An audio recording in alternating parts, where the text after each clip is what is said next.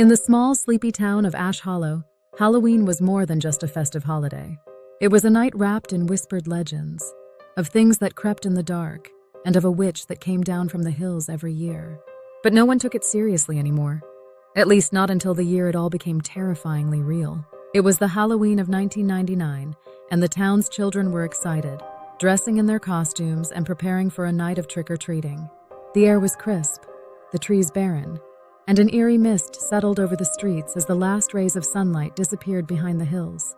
Among the children was Emily Thatcher, a 16-year-old who had outgrown the door-to-door fun, but still enjoyed the thrill of the night.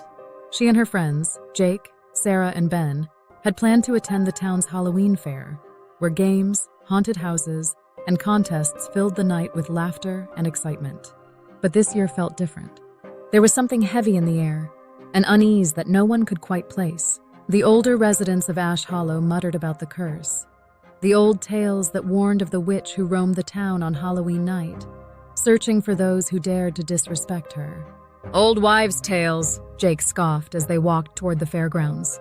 "There's no witch. It's just a story to keep kids from causing trouble." "Yeah," Ben agreed, though his voice wavered slightly. "Nothing's ever happened on Halloween before, right?" Sarah shivered. "I don't know. My grandma used to say that every 100 years, she returns to claim a soul. Maybe this year is the 100th. Well, if that's true, she'll have to catch me first," Emily teased, trying to lighten the mood. But despite her words, she couldn't shake the feeling that something was watching them. As they neared the center of town, the mist grew thicker, swirling around their ankles. The streetlights flickered, casting long, twisting shadows. Emily glanced behind them and froze. There, at the far end of the street, stood a figure, tall, cloaked in black, with a wide-brimmed hat that cast her face in shadow. The figure didn't move, but something about its presence made Emily's skin crawl. "Guys?" she whispered, tugging at Jake's sleeve. They all turned to look, and a collective chill passed through them. The figure remained still, its gaze, or what they imagined was a gaze, locked on them. "Who the hell is that?" Sarah asked, her voice barely above a whisper. "Probably some townsperson trying to scare us," Jake said, though his bravado faltered. "Come on, let's keep moving." They quickened their pace, eager to leave the figure behind. But as they continued toward the fairgrounds, Emily couldn't shake the feeling that the figure was following them. Every time she glanced over her shoulder, it was there. Never closer, but never farther away. At the fair, the crowd of costumed children and laughing adults provided some comfort. The lights and music felt like a barrier against the strange events of the evening. For a while, the group relaxed, playing games and navigating the haunted house. But Emily's unease lingered. As the night wore on, the festivities began to die down. Parents gathered their children, and the streets started to empty. The mist had thickened to the point where it obscured the edges of the town, and the distant streetlights barely pierced the fog. Emily's group, still on edge from their earlier encounter, decided to head home. But as they walked back, something felt off. The streets were too quiet, the air too still. And then they heard it, a soft, rhythmic sound like the tapping of long nails on stone. Tap, tap, tap. They turned in unison and saw her again, the figure from earlier standing beneath a flickering street lamp. But this time she moved.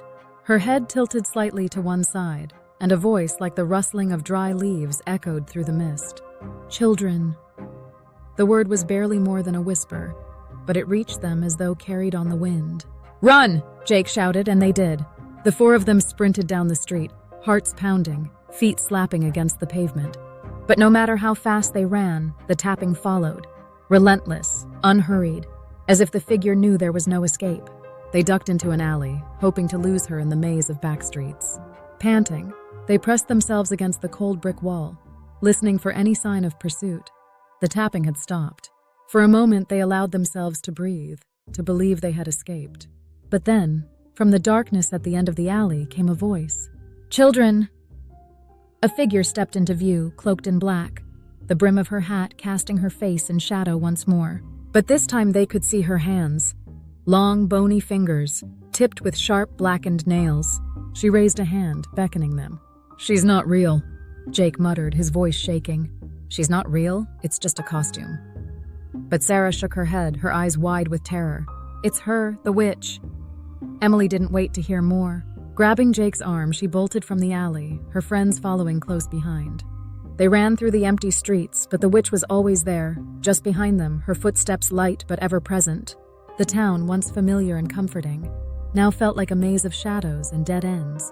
They finally made it to the edge of the woods, hoping to lose her in the thick trees. But as they crashed through the underbrush, a thick fog enveloped them. The forest was silent, save for their ragged breaths and the crackling of leaves underfoot. Suddenly, they broke into a clearing.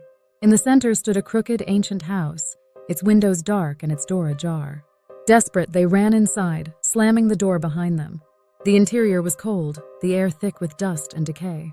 The house seemed frozen in time, with furniture covered in cobwebs and a fireplace filled with cold, blackened ash.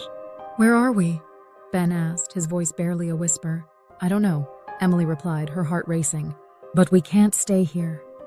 Before they could make a plan, the door creaked open. The witch stood in the doorway, her face now visible in the dim light of the house. Her skin was pale, almost translucent, and her eyes were hollow, glowing faintly with an otherworldly light. Her lips curved into a thin smile. "You shouldn't have come here," she whispered, her voice carrying the weight of centuries.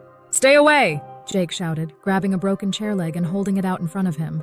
But the witch only laughed, a low, dry sound that sent shivers down their spines.